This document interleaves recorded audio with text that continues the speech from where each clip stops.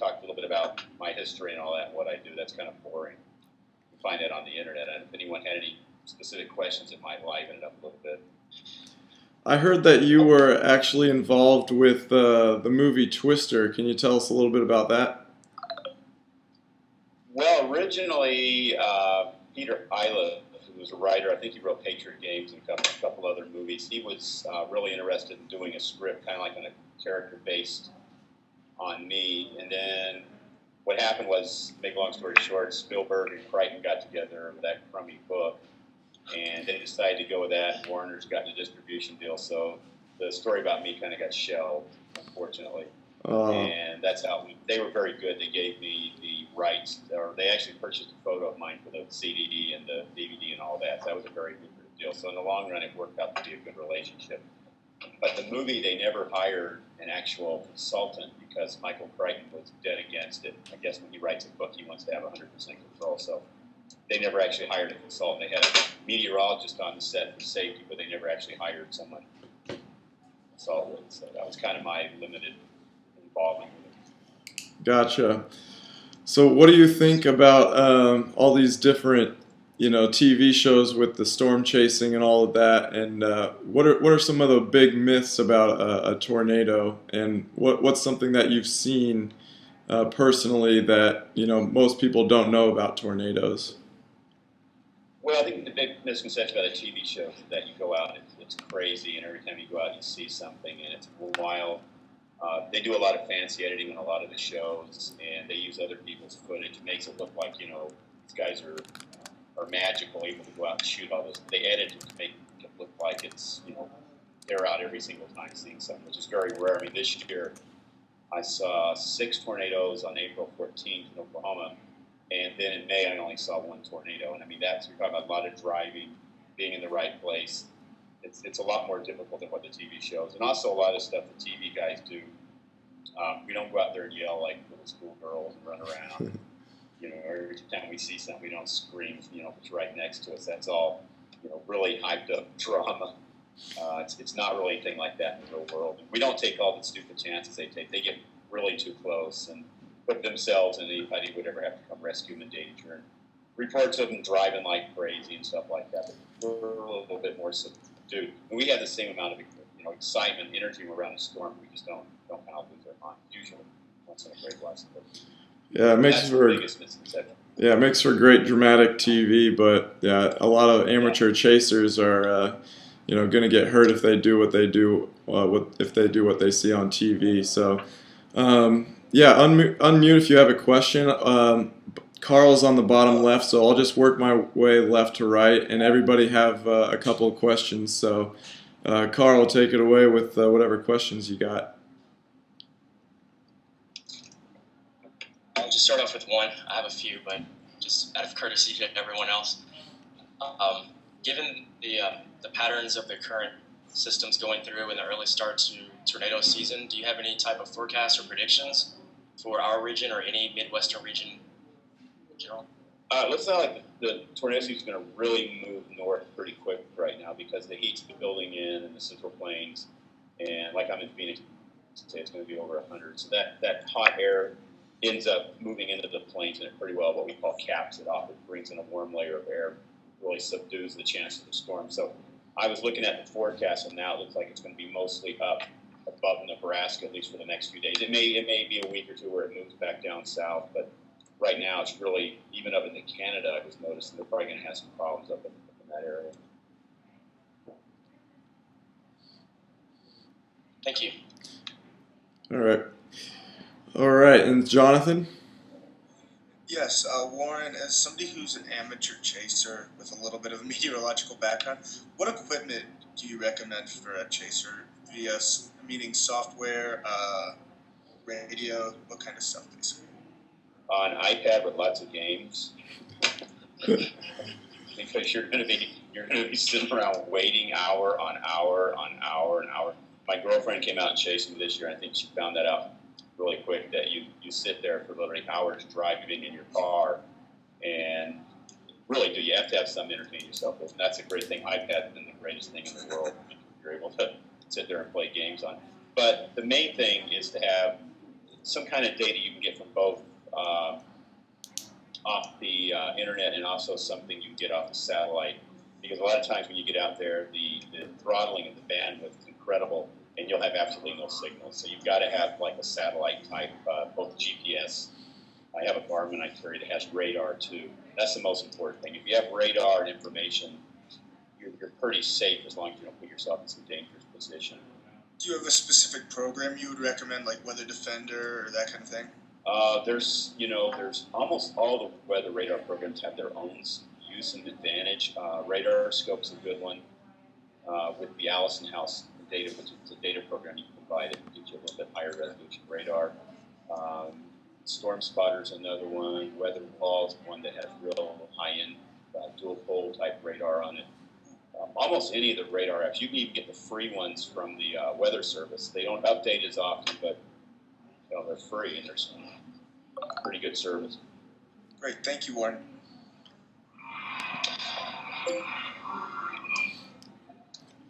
Welcome, I have a Chelsea. question for you.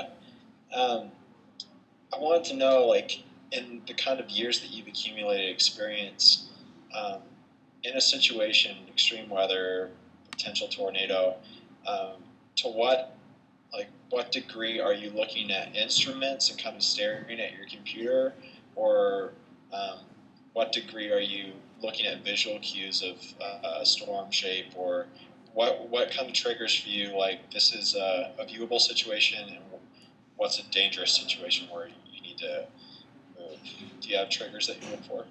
Yeah, it's a combination of both. It's the radar and the visual. The radar will give you a really good idea of the storm intensity, the size of the hail, and then visually you can tell just from years of chasing how it looks, how the clouds are formed, how symmetrical the clouds are. They're holding together, falling apart, the winds and things like that.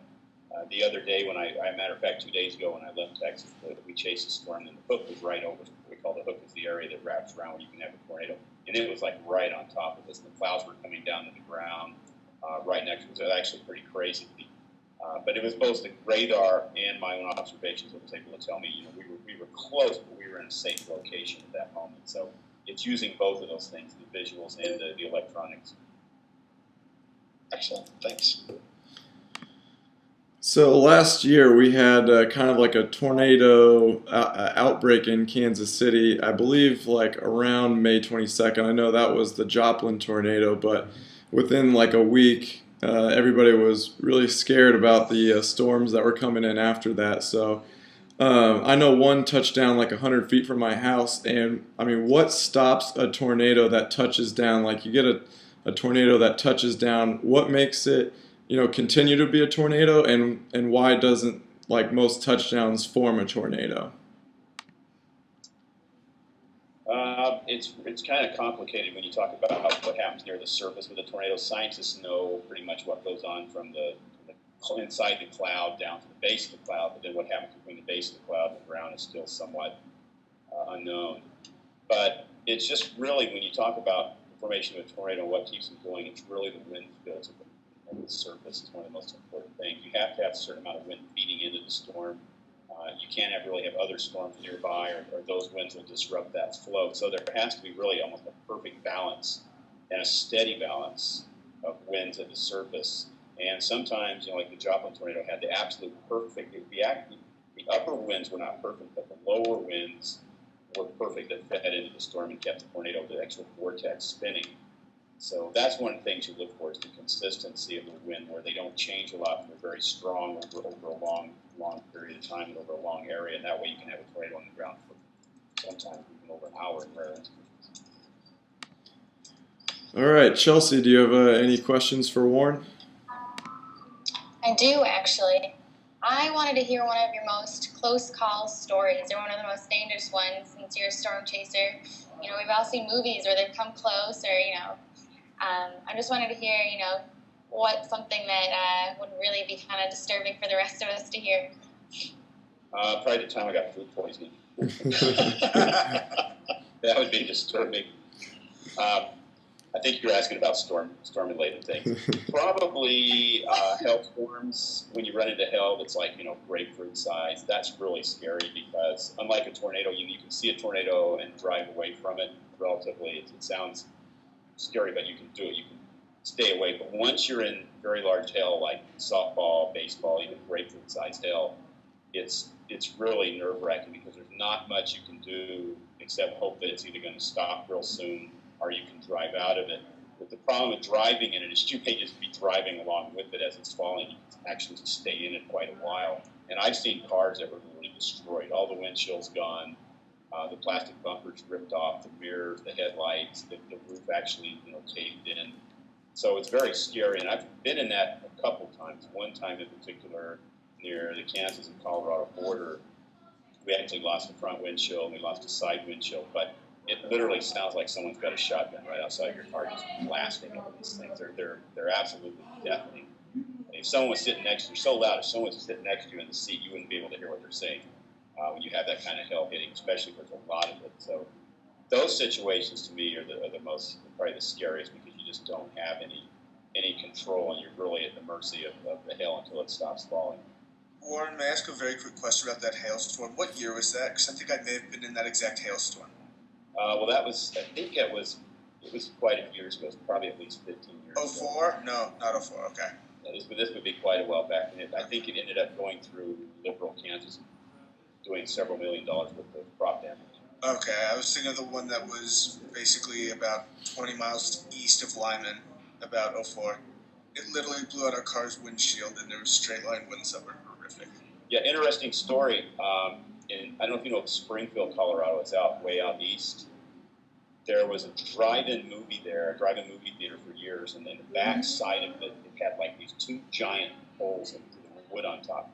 And I knew they were from hell, you could tell. They eventually tore down the theater, and I wanted to find the wood that had those holes in it because I wanted to keep it as a souvenir. But I did measure, it was 3/4 inch plywood, and the hole was, I think it was like 4 inches wide. Wow. So you can imagine what force it would take to drive something through 3/4 inch plywood that size. And I've actually got pictures of it somewhere, but it just shows you the force of hail. Thank you, sir. Well, I think everyone has seen the movie Twister, and I know that sparked my interest in tornadoes, but I know that there's a lot of, not really true things about tornadoes in that. What's the most major, flaw technologically with that movie about tornadoes? Probably that you don't go chasing with Helen Hunt all day. Probably the biggest flaw there. Well, there's many of them, and I just know because I chase storms. But obviously, it would be the one where you start in the morning, and you chase all day, and there's tornadoes everywhere. That doesn't happen, and you wouldn't get as close as they got and survive. I mean, the car was spinning around things. There'd be so much debris flying around you'd be killed.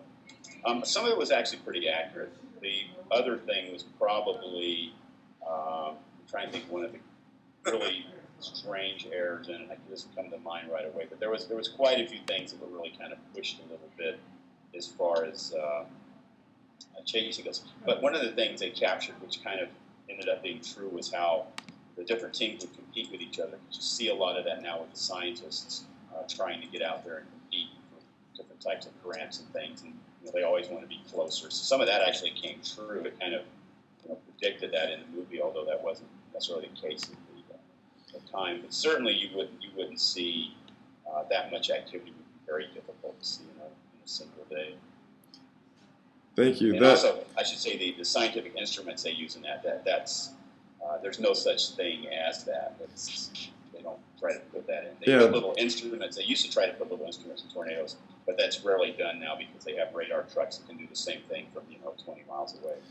Yeah, I was wondering, like they had the Dorothy, and I was wondering if that was true. So, and also I know there's a guy that's trying to film the eye. Is that something that a lot of storm chasers are going after, trying to get a video camera like inside the tornado? Is that something that storm chasers are wanting to do, or is that just it's not going to help like the scientific field at all? That's zero application for scientific science. They have Doppler and dual pole radars now from 10 miles, 20 miles away. They can do a much better job. The problem with one person is, if you know anything about scientific data, one set of data from a very small location does you no good. You have to have multiple sets over a large area to compare the data and be able to make comparative analysis. We can't do that with just one. They do it on TV. They shoot little rockets that go up 10 feet and start grass fires and things. It's just not gonna. It's not gonna happen with that. That's all smoke and mirrors. You need a lot of data. I mean, they had a research project out there. Vortex was the name for 2 years, and they had literally hundreds of people and 40, 50 vehicles involved. So it just shows you if you're really going to do it, you have to really have a pretty Herculean effort to gather the data. It's going to do really good. But no, being inside would do no good. And the odds of going inside and living in a tornado, from the cars I've seen when they're hit, what they do would just be absolutely. You could put something remote down that was heavy, but I don't think you're going to see inside of a tornado like it's going to be hollow inside, because it's the way the vortices are. They're multiple vortices, and there's no such thing. It's like a hurricane where you're going to get the eye above it. Definitely. So I have a question, if I can jump in. Go ahead. With the with this current storm system, with the school bus camera that captured the tornadic activity in Henryville, Indiana, does that have any type of scientific weight that meteorologists or storm chasers like yourself can use, that any data that may be gathered from that video? Usually it doesn't. The only thing that some of that video does is engineering. They can look at it and see what a tornado does to say houses when it hits them. So they can correlate. In other words, if they know that what they saw on the radar when, say a tornado hits a certain kind of building, they can go back and time it and figure out what they were looking at on the radar and maybe correlate the damage to what they were seeing. But the close-up stuff and trying that has absolutely no scientific advantage. It's all just YouTube stuff, because, again, with all the data they have now with satellite and radar trucks and things like that, you can get a lot more data over a large area. But it does help engineering. I mean, engineering, if you get tornadoes from a distance, it'll still show you the strength of what they're capable of doing. Awesome, thank you. I actually had another question, if I could pop in. Obviously, as a scientist, you go many directions. I was just wondering what inspired you to be a storm chaser. There's a certain story there, or just kind of fell into it? When I got out of college, I was working for newspapers and magazines as a photographer, and I got tired of shooting my dog of the week and the rodeo parade and city council meetings. So what I would do is I'd go out and try to shoot the crazy stuff like fires and riots and all the wild stuff. I found that a lot more exciting, and eventually I'd go up and shoot lightning on the side of the mountains here in Arizona, and then that led to going out in Tornado Alley, and at the time there was no other journalist who was specializing in weather photography, so I just happened to come along at the right time in the right place to make a really good career out of it when I first started, which now everybody has a camera, and things have changed a lot from it used to be. But I love being outdoors. I love traveling. I love, my work. When I get up in the morning, I never know what I'm going to see. It may be just a regular rain cloud, or I may see the world's most amazing tornado or storm cloud. So to me, that's real exciting. It's almost like a treasure hunt, going out and never knowing day to day what I'm going to encounter. That is awesome. What is your next stop? Do you know yet?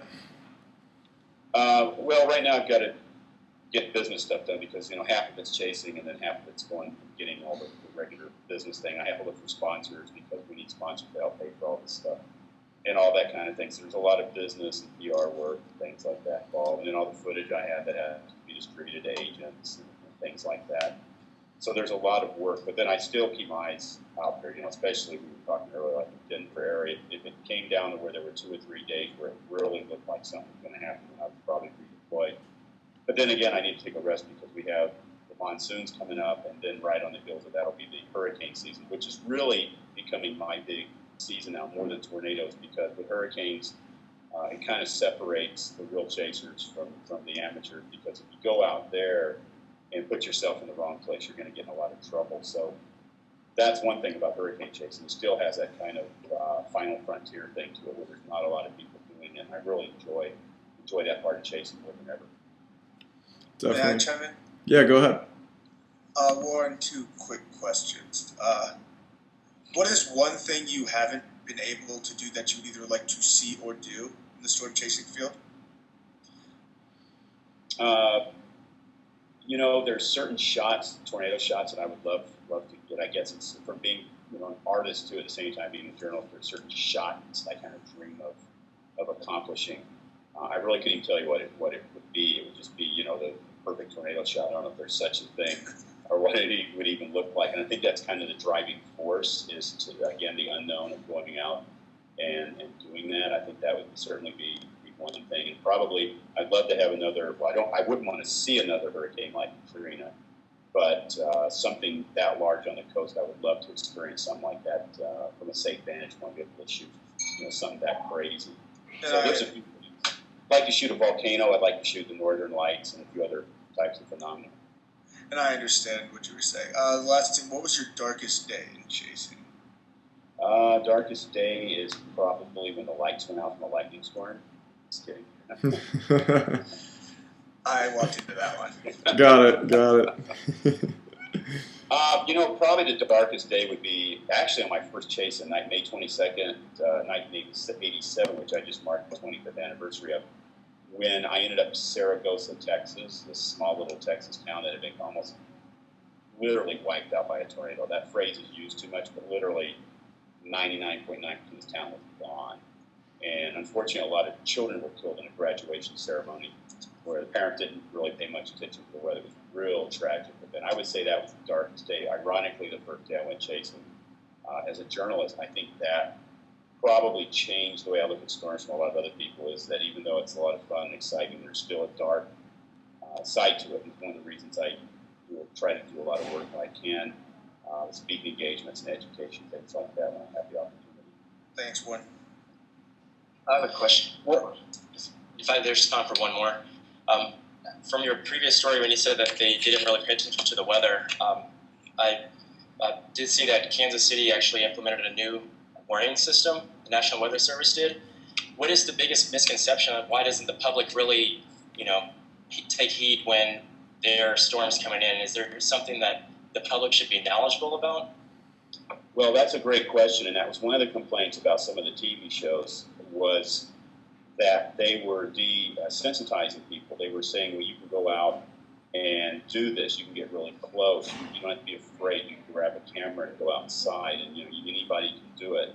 And part of the proof of the pudding of that now is when you go out in some cities, there's literally hundreds of people out on the road, like there was April 14th this year, that have this kind of invincibility feeling, because a lot of these shows don't, say, for instance, show the bodies that are ripped apart by tornadoes or the families that are destroyed or things. They kind of make it into almost like a, excuse me, like a jackass event where you go out and it's all, you know, fun and games. They don't really focus on what storms do. So a lot of people, I think, are somewhat desensitized, and they don't really take it serious. And of course, when something happens, they always say they got no warning. But you know, even during Joplin, there was that whole warning was, I think it was a moderate risk. There were watches out, there were things that were out, but a lot of people, you know, just didn't pay attention for whatever reason. And I think that's the biggest problem, is just apathy in people's attitudes towards severe weather. It's not really a threat unless it's there, and usually it's too late. All right, we'll do two more questions. Ryan, you got one more for us? Sure do. So yesterday, or 2 days ago rather, in Denver, we had a tornado warning. And like I mentioned earlier, I'm from California, so this was like my first kind of extreme weather event apart from earthquakes. You know? But what struck me was that it's so beautiful outside. The clouds and kind of the environment surrounding it is kind of this like fierce beauty matched with like kind of the potential for danger or whatnot. Has that kind of guided your perspective as an artist? I know you mentioned kind of that you're an artist and a journalist, and so has that kind of drew you further into your art, the kind of extreme weather? Yeah, I learned a long time ago that it's not all about the tornadoes. As a matter of fact, nowadays, it's from a business point, the best photos are not the tornadoes. It's all the other, like you were saying, the beautiful cloud formations, the unusual things. And that's something I'm always looking for, because with storms, you have a lot of gray, you don't have a lot of color. So anytime you can throw, you know, sunset light, or like you were saying, you know, the clouds when they go up over the city, those kind of things, I enjoy seeing that as much as I do the storms, because those are like a snowflake. They're never the same. The sky's never the same. It's always different. And whenever you have any color added to that, especially late in the day, it's really magical when these things all come together. But yeah, it is, when you see the storm clouds gather and they start to build, there is that anticipation, and it has all its own beauty of itself, even before the storms actually get going. Absolutely. All right, and one more question. What is the biggest safety tip that you can give to people in any storm, hurricane, tornado? What would you recommend people do to keep themselves and their loved ones safe? What I always tell people is, if you live anywhere that there's storm, there's only going to be 4 or 5 days a year that you really have to worry about. And on those days, you really need to pay attention. Look at the morning, see what the forecast is, and most importantly, have a weather radio. And I know they just started a new program where they're going to be sending out warnings on cell phones now automatically. So that'll help too. But the best thing is just stay informed on those very few days where it's dangerous, and have some plan. Have a plan. If you're at work, your kids are at school, you're at home, have some plan. In the rare event something happens, have a plan. I wish a lot of people in Joplin would have done that. They would have had a plan. Some people did. I spoke to some people who had planned to go over to a neighbor's house who had a cellar, and they survived. So the important thing is, on those days, just 2 things: stay aware of what's going on, and have some kind of plan. That's great advice. Thank you very much. Thanks for joining us on this Google Plus Hangout. Thanks everybody for joining. Hopefully we'll do this sometime soon. Check him out on stormchaser.com. I believe that. Thanks, Warren. I believe Thanks, you'll find a lot of information there. And have you also written a few books, I saw? Well, my book, Storm Chasers, is on Amazon. Make sure it's the Storm Chaser by me. Some other guy made one and copied it. Mine's the one that's the good book, Storm Chaser. Was it Life Quest to Find the Perfect Storm? I think that's what it is. It's an ebook. So all right. The original, the Weather Channel did it, and they took all the good parts out, but the ebook has all the juicy parts in it. Nice. All right. Well, we'll be sure to check that out, and I'll be posting this on YouTube, and so we can show it off and hopefully do this again soon. So thanks, everybody. Thanks, Warren, for hanging out. Oh, and Great. Thank you. we'll be Thanks, talking Warren. again soon. Thanks, Warren.